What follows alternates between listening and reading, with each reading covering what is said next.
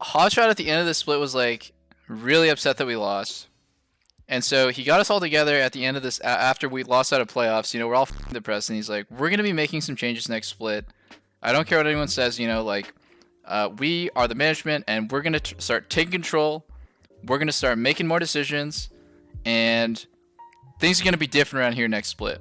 So he got us into a room, and he got us into this big circle. It was all the staff, coaching staff, and players. He got us into the big circle, and he said, "Okay, I'm going to pick one person in the circle, and we're going to go around. Everyone in the circle has to say 3 things they hate about that person." So basically, you heard like 30 things that people hate about you. Obviously, there were some repeats. But, okay, and then after this, a lot of people were crying. It was not a very fun experience, right? So after this, he's like, "Okay, I'm going to let you guys go downstairs. I'll let you guys go downstairs, but what I want you to do is I'm giving you guys 2 hours to write me an essay about why I should let you keep your job." And so I wrote the most half-assed essay about, basically, you wanted us to beg him to keep our job. I wrote the most half-assed thing ever. I was like, "Yeah, I really think I should keep it, you know, because I'm the best, and I mean, you'd be a idiot if you didn't want me as your AD carry, you know, like, that's just pretty troll." But I think, like, you know, for some people on the team, it was like way, like, they had to really make a compelling case in this essay. I didn't make anyone cry. Like, it was crazy. And so, oh my god, like, I mean, credit to him, this tactic somehow managed to result in the roster being good enough to win LCS the next split. I mean, maybe was it Machiavelli who said it, "The ends justify the means"? I'm not sure, but that was a good time. That was a fucking good time. Yeah, I mean, that was a moment when I realized, like, esports is kind of like a cult. You know, when you're on a team, you're like in the sect of a cult. Sometimes your cult leader makes you do some crazy stuff. Our team was not like that. Our team was not like that. Oh, okay, well, I guess we were just the only team that was just doing some crazy some hazing rituals. I don't know. I mean, I don't even remember what people said about me because I already, like, I've always been pretty self-aware, you know. It's like, you're really toxic. You cry for jungle too much. You know, like, I'm sure people said things about me that I knew was true and that I knew was, like, my flaws. But, you know, sometimes people really hit them where it hurts, and obviously the whole thing is fucked up. I can't believe it's finally come 5.5 years later. It's finally time for me to disclose this story. Because as it was happening, I was like, man, I can't wait to write about in my memoirs. Can you talk about the time you got in a big argument with Saintvicious all night? Oh my god, wait, what a random question. Yeah, I mean, the TLDR is that, well, my voice cracked. The TLDR is that Saint's one of those people who, I just put myself in a corner. He's a very stubborn guy. And at the time we got into an argument. Like, I really shouldn't ever start a sentence with he's one of those people who, let's just backtrack a bit. Stubborn guy. We got into an argument I don't really know what about, but dude, Saint told me in season 1 that he is the person who's decorated for climbing in rank in the Navy the fastest in history or something, and I was like, holy shit, you're that fucking cool? That was too funny, actually. As it turns out, I don't think that he is the fastest climbing Navy, whatever, Navy corpsman, like, in history. I can't tell. I still can't tell if he expected me to believe it or if he was just trolling me. But okay. The point is that we were arguing about something, and we argued all night. I was so fucking tilted. I was so upset because Saint he just kept arguing with me. He wouldn't let it go. I was at a certain point. I was like, can we just agree to disagree? I just want to go to sleep. I just want to go, like, he's in my room, by the way. He's in my room. I just want him to go so that I can go to bed because I don't think we're making any progress on this argument. It goes on for hours and hours and hours. And he's drunk as fuck. And so it's really tilting to talk to him. And then at the end of the 5 hours, where at the last 2 hours of it, I just wanted it to be over, but I'm also stubborn, so I'm not going to be like, okay, you're right. Like, I just, like, no, I still think I'm right, but, like, can we please stop? Finally goes home, finally goes to his hotel room to leave me alone, and the next day, I talked to him about it, and he's like, yeah, you know, when I'm drunk, I just like to argue. And actually, I was pretty sure that you were right. And so he just fucking wasted all my time for like 5 hours. At that point, I just realized I'm just never gonna argue with Sane about anything. Like I just got trolled for like 5 hours straight. Yeah.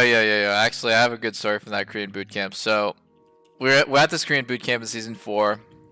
At that time, it's the end of LCS, and like the games at the end of the season don't matter for our placements. So we do a quick boot camp in the middle of LCS, I'm pretty sure. And this is like the weekend where like we put in like CLG Black, which is our academy team, and like we like loaned or we got like Chaox to play in LCS for just like one weekend. I think they got blasted, but like we basically just ditched LCS at the very end of the season, just didn't show up for the matches, and just said, fuck, we'll play whoever, so that we could do this boot camp for playoffs, right? And so we go to this boot camp. It's the most miserable experience pretty much ever. We got the equivalent of like an Airbnb in Korea at the time, but like it was in the middle of fucking nowhere. It was not nice. We all kind of somewhat hated each other, but like we were still, I mean, like we hated each other, but we also liked each other sometimes. We also had to do this thing. It's like for GameSpot called like Chasing the Cup, I think. And they brought a cameraman to film this whole thing. I still have no idea where these like. It was Machinima. Yeah, so they brought a cameraman to film all this stuff, and I still have no idea where the fucking footage went, but like. One day, we were about to start scrims for the second block, and someone's like, where the fuck is Seraph? And it turns out he just got so tilted that he just went home, so we had to cancel that day. We literally apologized to the enemy team like so many times because they were hella pissed that we just decided not to show up. And then a couple days later, it's Dexter's birthday, right? And we're celebrating the birthday. The scrims are not going very well, but you know, that's okay. Stuff happens. So we're celebrating his birthday. We're crowded around the cake. Everyone's singing happy birthday to Dexter. And the camera guy comes in and he goes, Dexter, what do you wish for your birthday? And he wants to get a good fucking clip for the show. And Dexter says, all I want for my birthday is for you to get that fucking camera out of my face. And the guy looks so fucking sad. I don't think that made it in, I'm not gonna lie, guys, but he looks so sad. It was really, really bad. We were all laughing our asses off, though. Yeah, I don't think Monty could have really done anything as our coach. Monty's just there, like, you know, every single day Monty comes into the fucking team room. He's holding hands with Susie, his wife now. And like, he's trying to tell us, you know, this is what I think you guys should do. You know, I want us to work on like these things as a team. And usually halfway through his like debrief of the day, we just get into like a huge argument where everyone's just yelling at each other because it's just like, well, we can't do that because like, you know, the juggler just kind of, and then, you know, maybe Dexter that day, he's just like, man, I don't think we can work on that before I work on this other thing. And, yeah. That really just unleashed the hounds pretty quick. So I was not really shocked when he came back from that boot camp and, like, just got shit stomped. I will say, though, that our coach did legitimately tell us on CLG many times that the best way to think about things is to love your teammates and hate everyone who's not on your team. I don't really think because I had so much hate already, you know, for my teammates at the time. Maybe not that specific roster, but I was quite annoyed with some of my teammates. So I don't think I had enough hate to go around for the LCS too. Coach Chris also made us do some other crazy shit, which maybe the secret jutsu is it's time for it to come out. Maybe it's time for the world to know about the secret season 5 CLG summer split jutsu techniques, dark shadow techniques. All right, so he made us download this program that for 10 hours a day, the only thing that we could have on our PC was League of Legends. If we opened anything else except for League and TeamSpeak, the program would immediately close it. And this was 10 hours a day for like literally months. So basically, I don't know how fucking like legal this shit is because that was like our. Actually, it's probably legal because it was like where we live, right? But that was like the most brutal shit ever. You know what? Let me just. Fuck, man. Yellowstar was. He was such a nice guy. That's all I gotta say. He was such a nice guy. My God. The nicest guy around. No, he's actually super nice. Yep, he is very nice. Say he was a shithead? No, I'm not even memeing, guys. Yellowstar was so nice. He was just so bad that I hated him. It was like Ole. Oh God, dude, every single day I woke up and I'm telling you, he had the greatest attitude ever. He like woke up early to play solo queue. The only problem is that he was stuck in plat.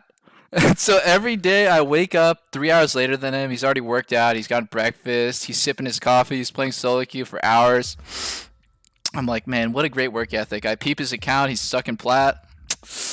Blows, guys. Looks like it's going to be a bad day of scrims. We walk into scrims playing against Bard. I'm like, dude, okay, there's only one thing that Bard does, right?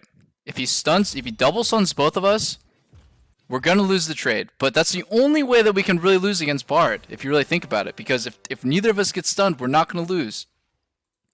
Walk into lane. Yellowstar stacks on top of me. We get stunned multiple times in a row.